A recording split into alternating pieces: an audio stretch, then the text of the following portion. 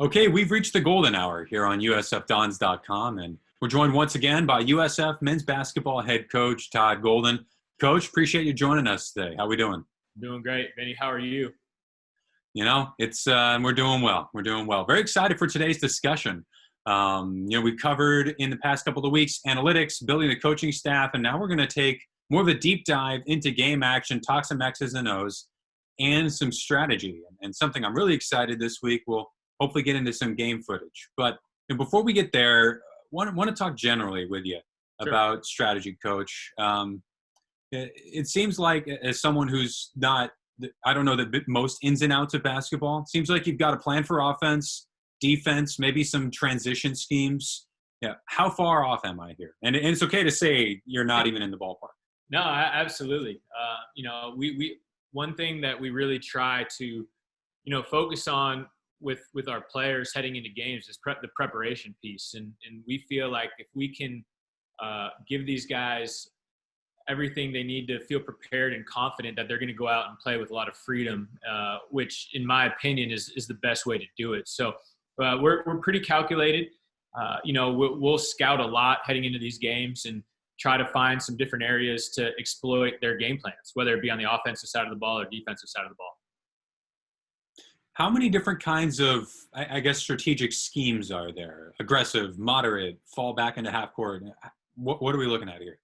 You know what? This is the West Coast Conference is incredibly unique. And the reason why I say that is because you have so many different styles of teams within the conference. You have a lot of teams who are playing, like Gonzaga, generally 3 out, 2 in, 3 guys on the perimeter, 2 inside the paint, really trying to be physical and get easy baskets around the rim. And then you have teams like St. Mary's that, play more out of the ball screen offensively, and they're playing what we call more 4 out, 1 in. So they have 4 guys on the perimeter, 1 guy on side, and they're playing, out of the pick and roll and throwing the ball in the post. And, you have contrasting styles of, LMU and Pacific that really are trying to get the ball as close to the rim as possible and be physical and get on the offensive glass. And you have teams like Pepperdine that are incredibly talented offensively, and they really just try to spread you out and take advantage of, having bigger, slower, plotting defenders on the floor. So, there's an insane amount of different styles. And I think in this league,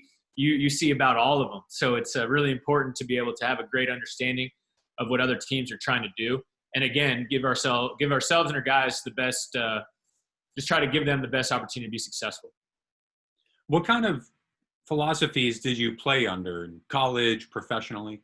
Yeah, I think the funny thing is when I played at St. Mary's for Randy, we had just implemented a 4 out, 1 in offense. But my last year specifically, our personnel probably made more sense to play 3 around 2.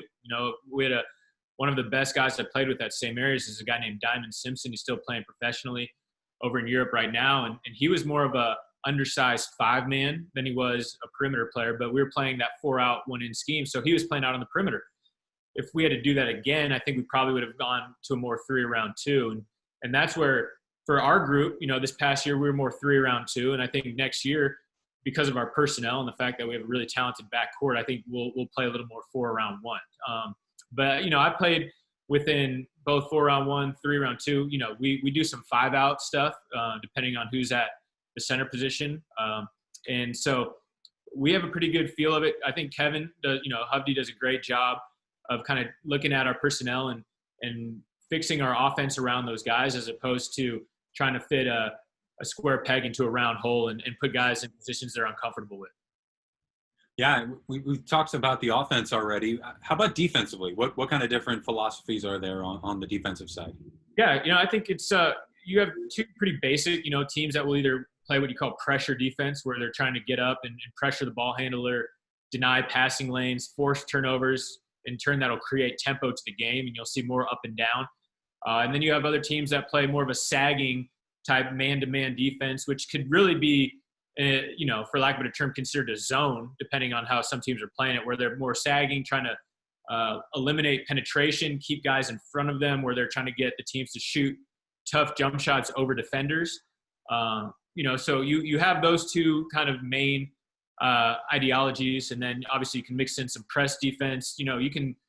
What we really do, which is unique, is we guard the ball screens differently than a lot of other teams. We really try to force the ball screens down into the corner and keep it on the side of the floor.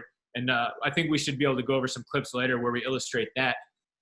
But yeah, generally it's either you're playing a pressure defense or you're playing more of a sagging defense. And really, again, for me as a coach, it's all about personnel. When we have Jamari Bouye and Khalil Shabazz on the floor, we want those guys getting up in the offensive players and pressuring them and trying to turn them in the backcourt and make them feel uncomfortable, see if we can steal some possessions. But if you have a guy that you don't feel as comfortable with guarding the ball, you're going to want him to what we call gap the offensive player so they don't allow any driving lanes or penetration. So really you got to just kind of see what your personnel is looking like and then try to, create your system around them. I wanted to ask about that because, last week you'd mentioned you do a lot for the defense and you coordinate it. And I'm curious, where did your defensive focus as a coach come from? You know what? It's very similar to, St. Mary's College kind of fundamentals defensively in terms of, just the basic defense. But we have changed quite a bit in terms of, what we're doing, whether it comes to guarding the ball screens or guarding the post. We're a little more unique in terms of the way we switch some things defensively.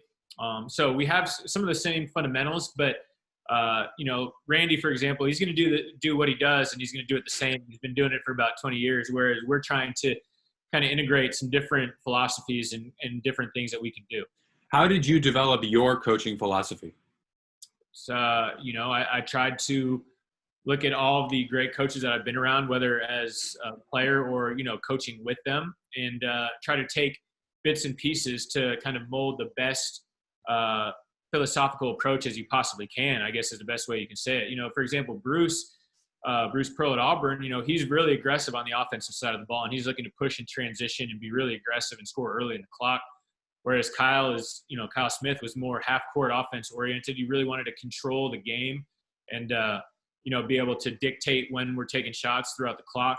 So, I think I'm more Bruce-ish on the offensive side of the ball, wanted to push and play with more freedom and allow our guys to, play without fear of making mistakes, and then a little more grimy defensively where we try to really just kind of buckle down and make it hard for teams to score against us. Have you seen your philosophies kind of develop over time? It's, I think as every year we try to get a little bit better, right? And try to find different ways to incrementally improve. And, an example I'll use last year, a mid-year change that we made early on in the year because of the ability that Josh had to guard smaller guys. When he started at the 4, we were switching a lot 1 through 4. And that was something that was really, really unique for me. We had always guarded ball screens with our front court similarly, whether it was the 4-man or the 5-man. But because of Josh's ability to keep, quicker guys in front and his ability to move side to side, we thought it would keep us out of rotations defensively, which is really what you want to do because that prevents penetration. And we would allow Josh to switch and guard, smaller guys. But as the year went on, teams kind of found ways to pick that apart. So we went back to having him guard ball screens the same way that Tavi and Jimbo were, just with a little more aggressive approach. And we saw that be really successful for us down the stretch. So it's, we try to read and react. We try to kind of evaluate after every game and see what worked and what didn't. And then as we build out our game plan for the next game or two, try to make adjustments that we think are going to be beneficial. Where do you think the strategy of the game is heading next? Man, I think it's funny because, there's so much of a, I guess for lack of a better term, analytical approach to the offensive end, and it's gone to a lot of, layups and threes and doing things that way. And I've wondered, a lot of successful teams in college have stuck with the 3 around 2, and that's because, in certain aspects they're able to recruit that way.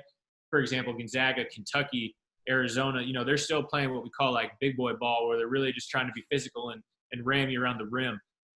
But as the game kind of spreads out and teams like to play further and further beyond the 3-point line, I wonder if there's going to be a time where it kind of goes the other way, and as teams are continuing to zig, our team's going to now kind of move back towards playing that big ball style and hope to gain an advantage inside the paint and on the glass because they're playing a little bigger, a little more physical. You never know. My personal philosophy is we want to get the best student athletes that we feel fit our program from both an athletic and an academic standpoint. And then whatever those players are in terms of their skill set, we're going to play with that in mind. So, you might see us playing more of a slow it down half court style one year. And then if we feel like we can get up and down a little bit, then we might play that way the next year. So, and our team this coming year is going to be quite a bit different than we were the past year. So I think you'll see some difference stylistically as we go into next season. Can you tell us about a play that you may still be surprised that actually worked? Yeah. I mean, I think one of the things that we really tried to do, going into the WCC tournament was be incredibly prepared, because obviously we had just seen LMU in the last regular season game of the conference season. So we knew they were, we knew them very well. We had been talking about them for 48 hours before that game. And then our guys, were very aware of their player tendencies and what Coach Dunlap and that group was trying to do. And then going into the Pacific game, it was the same. And I'm really proud of our staff, specifically Coach Hovey and Coach Mamadou and Vinny, and the way we built out our game plan for the Pacific game. And truly the first play of that game was a great example of how we were just really prepared for how they were going to defend, what we were going to do, and how we exploited it. And maybe we can take a look at it right now. Yeah, let's go. You mentioned that you wanted to go into some specific plays. So by all means, we're going to look at the WCC tournament here, and Coach, take it away. Okay. Well, right here, we have the first play of our game against Pacific. And you'll see as we start this early offense, what we've been running here and what Pacific did a really good job of guarding against us when we really just didn't play very well, and they were a big part of that at home, was our screener action. And so because of the way they guarded it, we were prepared in knowing that as you see this clip, JB has the ball, Jordan sets that screen for Jimbo. Now, Jordan's defender had been switching out on Charles, and Charles's defender had been switching up and taking Jordan as he comes off the screen. And as you see, as I run it slow, you can see Charles's defender up there kind of watching Jordan coming off that screen. Now, we told Charles, as soon as that guy turns his head and loses sight of you, we want you to break towards the basket because we feel like we'll be able to get a backdoor dunk on this. And sure enough, you see the defender keeping an eye on Jordan. Charles recognizes it, breaks to the basket, and we're able to steal a dunk, a great way to start the game and give us some really good positive momentum. Yeah, in a game, in a huge game as well. Let's go ahead and transition to the LMU game, because I know you had some things that you were excited to talk about from that game in the WCC tournament. What worked well for you, seeing LMU for, the second time in a row? Absolutely. I think one of the things that our team did really, really well in that game was being aggressive offensively, especially early in the game. And, we were a team that was pretty good in transition early in the year and then kind of faded, but we were really, really aggressive in transition in that game against Loyola Marymount. And I'll take you through some clips right here to show you what was really good for us. You'll see here, Jamari Bouye gets a great rebound and throws ahead to Khalil Sabaz, all right? And he's going to be bringing the ball up here on the side. And I want to draw attention to Josh Coonan there streaking down the middle of the floor, because what he does as his defenders behind him is brings Jordan Martino's defender in the paint. And that puts him in a really tough situation. Josh draws that defender. Jordan relocates up to about free throw line extended, and then Khalil makes a great read, which he does a lot of times, and is able to look across the floor and find Jordan for a wide open three. In this next clip, you see Jamari pushing the ball, throwing ahead to Jordan here, attacking the paint. He misses the layup, but again, we're in an advantage-disadvantage situation on the glass, and you see Josh go ahead and tip that ball in. Here's another clip. Again, we're just pushing. We're throwing ahead in transition. Here's Jamari finding Ramu streaking down the middle of the paint for a layup. Charles pushing in transition, going downhill, does a great job recognizing he doesn't have numbers, kicks back to Shabazz, bangs a big three. And that possession right here, I want to show that again. This is a really good read by Charles here. He sees 3 red jerseys, doesn't have numbers, and instead of trying to force it and attack the rim, he makes a very heady decision to kind of pull back out. Here comes Shabazz streaking down the lane. Boom, bangs a 3. Here's Dima getting a steal, and again, throwing ahead to JB in transition, putting the ball in the basket. So right there, the last one here is Jordan bringing it. Again, we got 3-on-2 numbers here, and he just streaks right down the paint, lays it in. All right, so as we show those clips, really that's about, quick math being about 13 to 15 points that we're able to score in transition. And against a team like LMU that was really wanting to play slow and kind of get that pace and keep the score in the 50s, when you're able to score like that in transition, you have a great chance to win. And I think that was reflected in that 30-point victory in our first conference tournament game. Huge margin, and certainly a way to set the tone for what you were going to do in that tournament as well. How about the defensive side against LMU? Yeah, I think we were really good throughout the course of the conference tournament and really the last half of the season. We were really physical. We were gritty.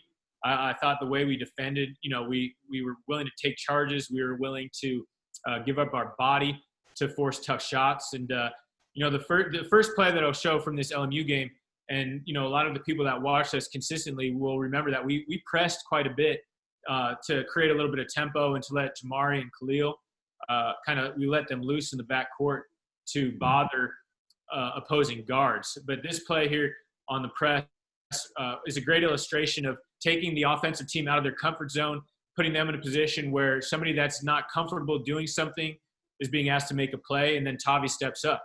Here's Josh and Khalil at the front of the press, and again, now they're set up. They're playing this little diamond in the backcourt.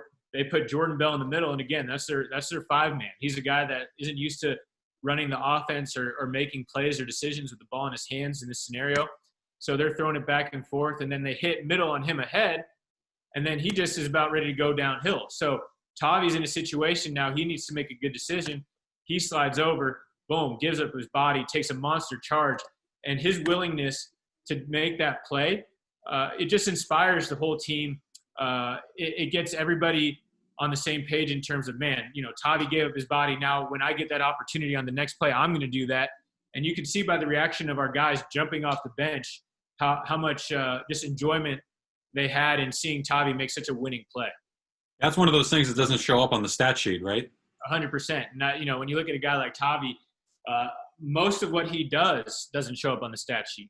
And he's such a winning player. And little things like that are things that make him, just a true winner. And, another thing that I want to talk about in terms of that LMU game that I thought we did really well was our ball screen defense. That they're a team that plays out of the ball screen quite a bit. And as I walk you through these clips here, you'll see, just how we're really in tune defensively, all 5 guys on the same page. And, I think we executed those coverages really well. So here you see kind of late clock. LePepe steps up and sets this ball screen. And again, an area where Tavi's fantastic. He's got incredible feet for a big man. He does a great job of making this guard take a back dribble. There you see Charles is up towards the ball on the other side of the floor, does a good job stunting back Tavi. And then we force LePepe to dribble in to no man's land, and we end up getting a shot clock violation. Just great execution, great job working together. And again, here in our side ball screen coverage, this is what we talk about in the way we guard ball screens a little differently. We want to force that guy to the side of the floor. We do not want to let them get back to the middle. And it's what we call our black coverage in the NBA. A lot of teams refer to it as their ice coverage, where everything is, again, forced down to the baseline, forced to the side of the floor. So Charles and Jimbo do a great job there. And what you'll see is once we have this guy in a really good position, what's also incredibly important is the 3 guys that are on our defensive end that aren't on the ball. And that's going to be Ramu there, Jordan protecting us on the weak side, and JB, who's up protecting the elbow. All 3 of those guys are in picture-perfect position, and that way we can really cover anything that this guy does with the ball, whether he's penetrating or whether he dishes it. So what we end up doing is Eli Scott, because he's in this really tough position, settles for an 18-foot step-back contested jumper, which if we can get our opponents to take that shot, we're going to win 99% of the time. You'll see it here again. Great execution of this coverage. Again, this is our black coverage. Ramu does a really good job of recognizing it, and then I'm going to pause it right there. Because, again, you're going to see Jimbo's loaded up on the strong side block. Charles done a really good job. He's about to take away that back pass to their 4-man. And then we let JB kind of play free safety here and allow him to get aggressive. And sure enough, he can read the eyes of the offensive player here, and he sees he's going to throw the ball to the top, and he goes and steals it. All right? Last one here. Tavi again in the middle of the screen with Dimitri. You see, all right, now we have a 6'8" guy on the ball pushing him to the sideline. We got Tavi there waiting for him. And what Trey does a really nice job of here off the ball is what we call stunting Tavi back to his man. You see him lingering over there. As soon as the guy gets a catch, he stunts back to Tavi, forces the guy into a really tough 2 overhand, and then we end up going to score on the other end. And again, that ball screen defense and the way we were able to really take away what they wanted to do gave us the ability to win that game as by as wide of a margin as we did. All right, thanks for those, Coach. Like we said earlier, big statement win in the WCC tournament, and then turning the page to that game against Pacific that you played. Tell us about what was different in that win against Pacific. Yeah, no, you know what? It ended up being a completely different style of play in terms of the game. You know, in that Loyola game, as I mentioned earlier, we got a lot of transition offensive opportunities, which obviously increased our efficiency and allowed us to really be aggressive and score well. I think we had 82 points in that game, whereas in the Pacific game, we were super efficient as well, but we didn't get very many opportunities to score in transition. And so where I thought we were great was just the way we executed. And, you know, again, I thought we had a much better game plan for that time we faced them in the conference tournament as opposed to a few weeks earlier when they came into our gym and for lack of a better term, beat us up a little bit. And, you know, we put them in a good position, but our guys were phenomenal executing. And, you know, we already showed that first clip of getting that dunk to start the game, but I'm going to go through a number of half-court plays where I thought we executed really well. You know, I want to start with this clip because this was great. Great job by Jamari being coachable. One of the things we talked about and that we didn't take enough advantage of until later in the year was Jimbo's ability to catch the ball around the rim and finish. And we had not been shooting a great percentage from two because we were trying to finish tough twos. But JB does a great job of getting the big in this situation to pick him up. You see Jordan's guys afraid to tag Jimbo on the roll because if he tags Jimbo on the roll, then Ratino's going to get a wide open three. And JB just makes a fantastic decision. Instead of trying to make a tough two, just lobs it to Jimbo there for the dunk. And it's a simple play, but it's really, really hard to guard. In this situation here, we're in this early kind of ball screen action, get to our little triangle. You see them hit Jimbo at the point. JB reads it, drives against the ball screen, throws out to Khalil, whose defender had to help, and then bang.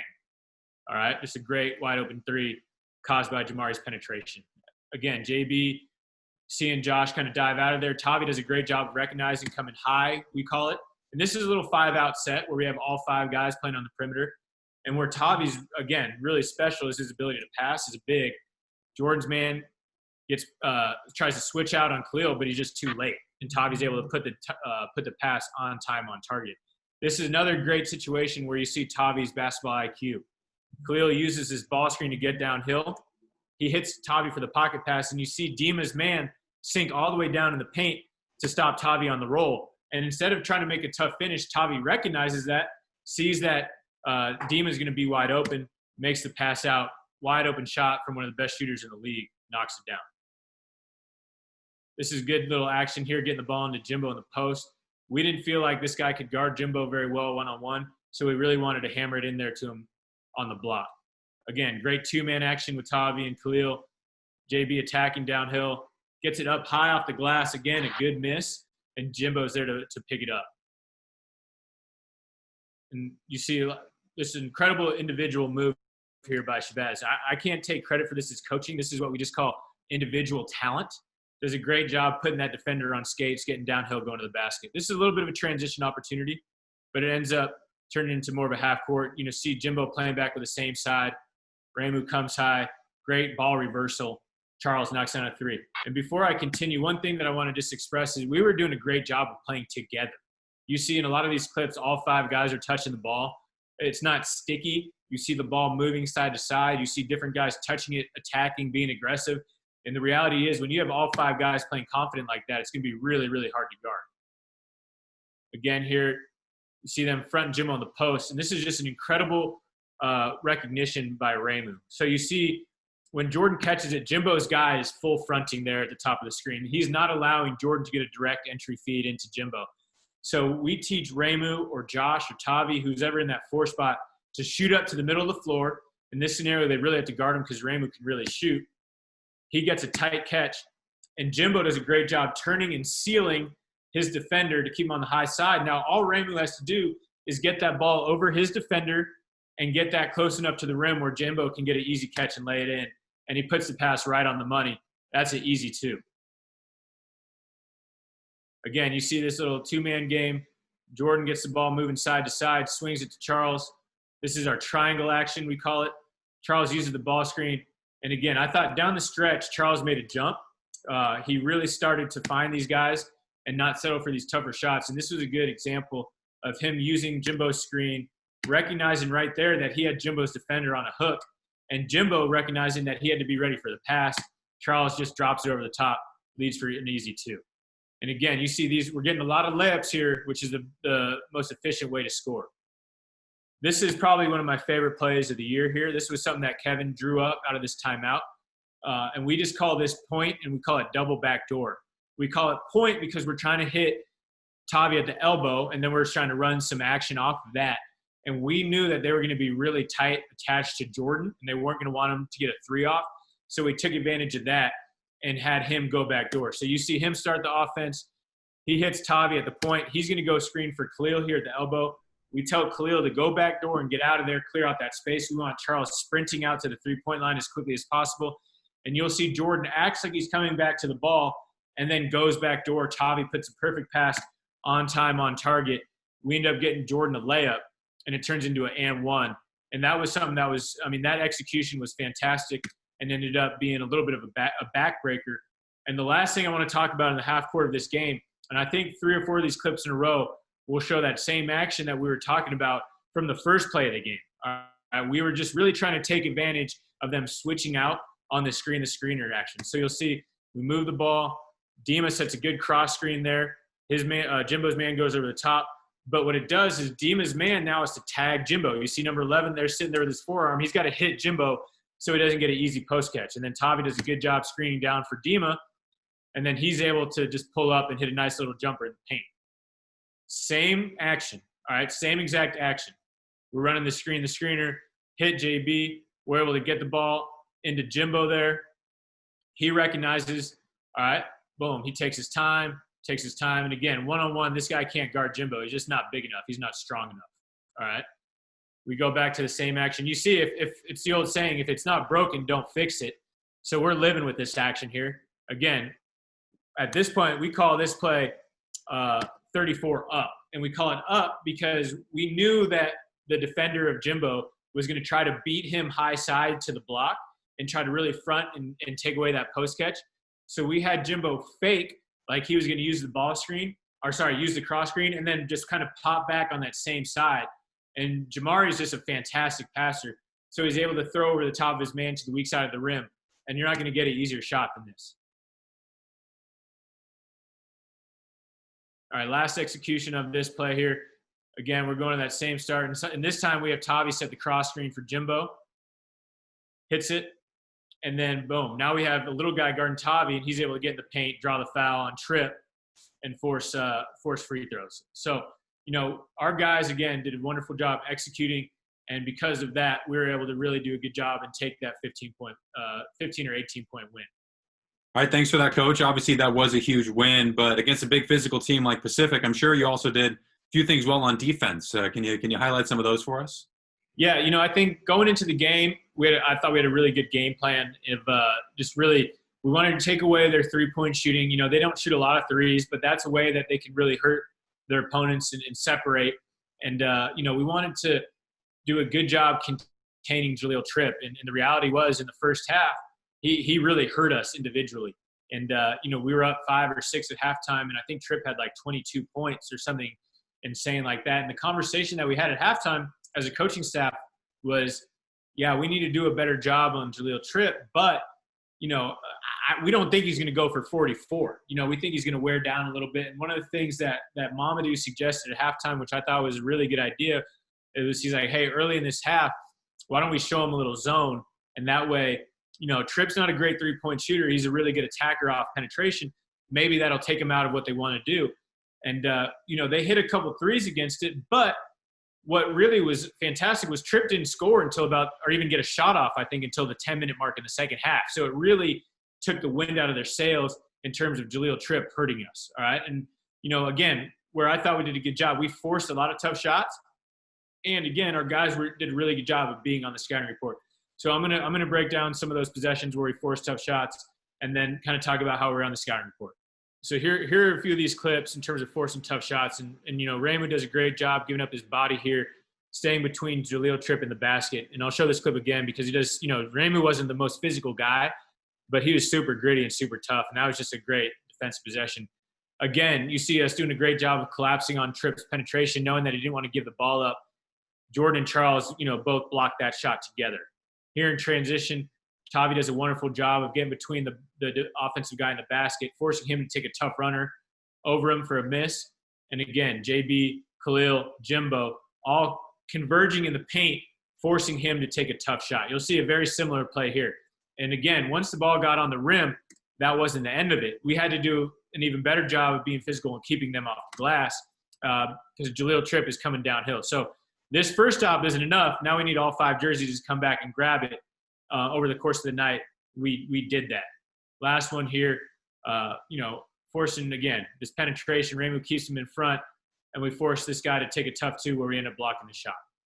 Here's some clips of our guys just doing a great job being on the scout. And what we mean by when we say on the scout, again, we go over a pretty focused scouting report of what Pacific as a team wants to do going into the game, and then what each individual player is really good at and what their weaknesses are. And in this scenario, you'll see that our team, in my humble opinion, does a great job of being on the scout. So Jamari right here is number 11, Gary Chavician. He was a 5th-year senior for Pacific. The whole scout from our staff to our players was just do not give up threes. You just cannot let him shoot a 3. I will live and I'll take the blame if he beats us by making 2s. So JB stays on his hip pocket here as he uses his screen and runs him off the 3-point line. And that's just, forcing him into a tough 2 over a hand right there. That's a huge winning play. It might only sound like one possession, but the fact that Jamari was on the scout, took away the 3, forced him into a tough 2, and obviously missed it. Again, those processes and practicing what we want him to do leads to wins, and that was a great example of that. On this next clip, Jordan's what we call top blocking number 11. Again, we didn't want to give up these 3s. So when we say top block, Jordan jumps to the high side, does not let him use the screen from 35. We want to force 11 to go back door, go towards the rim, and take him out of the play. So he feels uncomfortable here. Boom, has to run inside the defender, throw the ball back. Jordan stays on top of him, and now that guy's taking a prayer 3, which, again, we'll live with those types of 3s. We don't want to give up the catch and shoots. Again, here's a little special that they ran where we knew that Cockrell was going to come off this ball screen, and when Chavician hands it off, he's going to act like he's going away to the corner. And then number 33, their big man, is going to come set what we call a pin down screen for the shooter. As you see, Jordan recognizes that. Again, top blocks it, blows it up, and is in his hip pocket on the catch. Well, Coach, thank you for sharing those. It was great to get your live commentary and seeing 2 of your team's best played games of the season. How'd that feel for you looking back on those? It was great to relive it from my perspective as well. So I enjoyed it as well. Yeah, a lot of the stuff you talked about today in terms of having some freedom and how your offensive schemes can change so much depending on who you're playing. Yeah, I get curious, how much improvisation is built into your system? A lot. It's I think it's especially offensively, what we try to do, again, like we don't run a lot of set plays, for example, where we're saying, hey, you need to throw it to this guy. And then when he sets a screen here, we want you to come up top and then hit this guy. In my opinion, like when you put guys in a box like that, you become easier to guard. And when we play teams like that, we feel like we can scout that offense well enough to where it's not as much of a threat. So what we want to do is, and we'll have what we call specials where, we feel like we can take advantage of a certain defensive style where it's a set play. But again, we want to be more read and react where we say, hey, let's play out of this ball screen. But then, Khalil or Jamari, or, next year, Damari, when you come off that ball screen, we want you to play with freedom. If you feel like you can read the defender and you can drive in for a layup, take it. If you feel like the big is coming to help uphill, then obviously, read it and throw it up to our big running to the rim. If you read that the weak side defender is pinching in to help on the roller, then you got to read that and throw out to the 3-point shooter. So we want to put them in positions where they have multiple options to read and react. And we feel like we have some really high IQ guys that feel comfortable in those situations, and they for more often than not make the right play. So we'll again put them in those situations allow them to play with that freedom. And the reality is, when guys are playing comfortable and with freedom, it's a lot harder to guard. I'll go back to that BYU game in the second half at home where, we were unstoppable. And from a coaching perspective, we weren't running anything unique. It was just Khalil Shabazz and Jamari Bouye had the hot hand, and we were just running a simple high ball screen. BYU kept switching it, and so we were having Jamari and Khalil going one-on-one against their four-man. There's no offense in the world that we can run to get that advantage. So we were going to stick with that and live with it until they started guarding a little differently. But to answer your question in a lot shorter terms, yeah, we want our guys playing read and react as opposed to cookie cutter. Yeah, what kind of an art is there to recruiting guys who have all the tangibles on paper, but also have those intangibles of being able to improvise? I think it's one of the most difficult things to do because of just our lack of opportunity to evaluate and see a lot of these young players as they're coming up through the high school and AAU ranks. I'll use Jamari Bouye as an example. He's a guy that I think we were his only Division I offer. I know he's getting some other interest, but nobody had really offered. Kevin Hovey did a wonderful job recognizing that his basketball IQ was just on another level. And Jamari was kind of a late bloomer body-wise. He looked really young, and but his IQ was great, and he generally made every right decision. And that's something that's really hard to teach, and you can try to improve and incrementally get guys better. But with Jamari, he's a little bit of a savant that way, where he's played a lot of basketball in his life. He's put himself in a lot of situations where he's comfortable in a lot of different offensive settings. So he's a guy that just has a better IQ than a lot of people, and that's what separates him, and that's what's turned him into a really, really good WCC player, whereas in high school, nobody really thought of him as a Division I player. Did get a couple questions from the fans this week, and we'll start with this question from Tyler Fisher. Now, Tyler was curious what the biggest offseason focus for the team will be to improve next year. And let's keep it on topic in terms of maybe some strategy, and then go off topic and just talk in general. Yeah, so it's a great question. Obviously this has been kind of a rough spring, for lack of a better term, due to COVID and our lack of ability to have our guys on campus. And the reality is we lost a lot of good time where we could generally work with our guys, but the reality, we're not the only ones, and I think a lot of people are facing that issue right now. But where can we improve? We got to shoot the ball a little better next year. I think that's something that we got to work on and probably put more time in. And shooting is a skill that sometimes is overlooked a little bit in terms of player development, because it's something that guys can do on their own, and you think, okay, well, guys are going to be getting in the gym, but when you emphasize it more and you spend more time on it in practice and individual workouts, the practice, it ends up translating to the court on game night. So we'll put more time in that way. I think our personnel that will be playing is just a little better shooting by their talent. And so, you guys like Isaiah Hawthorne, who, weren't a part of the rotation last year, who I anticipate will be playing. He's an incredibly skilled shooter. A guy like Dimitri Rivny, who is really coming on at the end of the season. I anticipate him getting a lot more minutes this coming year, and he's a lights-out shooter. He's a guy that will probably be one of the better shooters in the league. So a little bit of that will happen naturally, but offensively, just being able to really knock down open shots, and especially in tight games, will be huge. Defensively, we're losing some toughness with Jordan, Ramu, and Jimbo graduating. So we're going to need some of the younger skilled guys to step up and be a little more physical.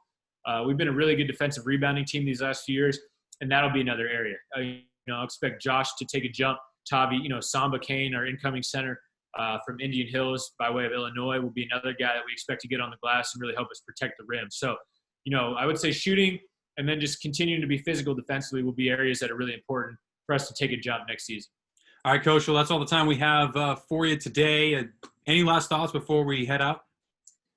No, I appreciate, again, being able to talk to you guys about these things and kind of shining a positive light in our program.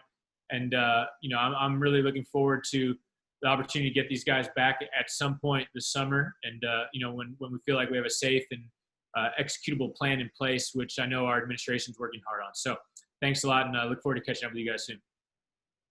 All right, this has been the Golden Hour with USF men's basketball head coach Todd Golden. For Coach Golden, I am Vinny Longo. Thank you so much for joining us. Stay safe and stay well.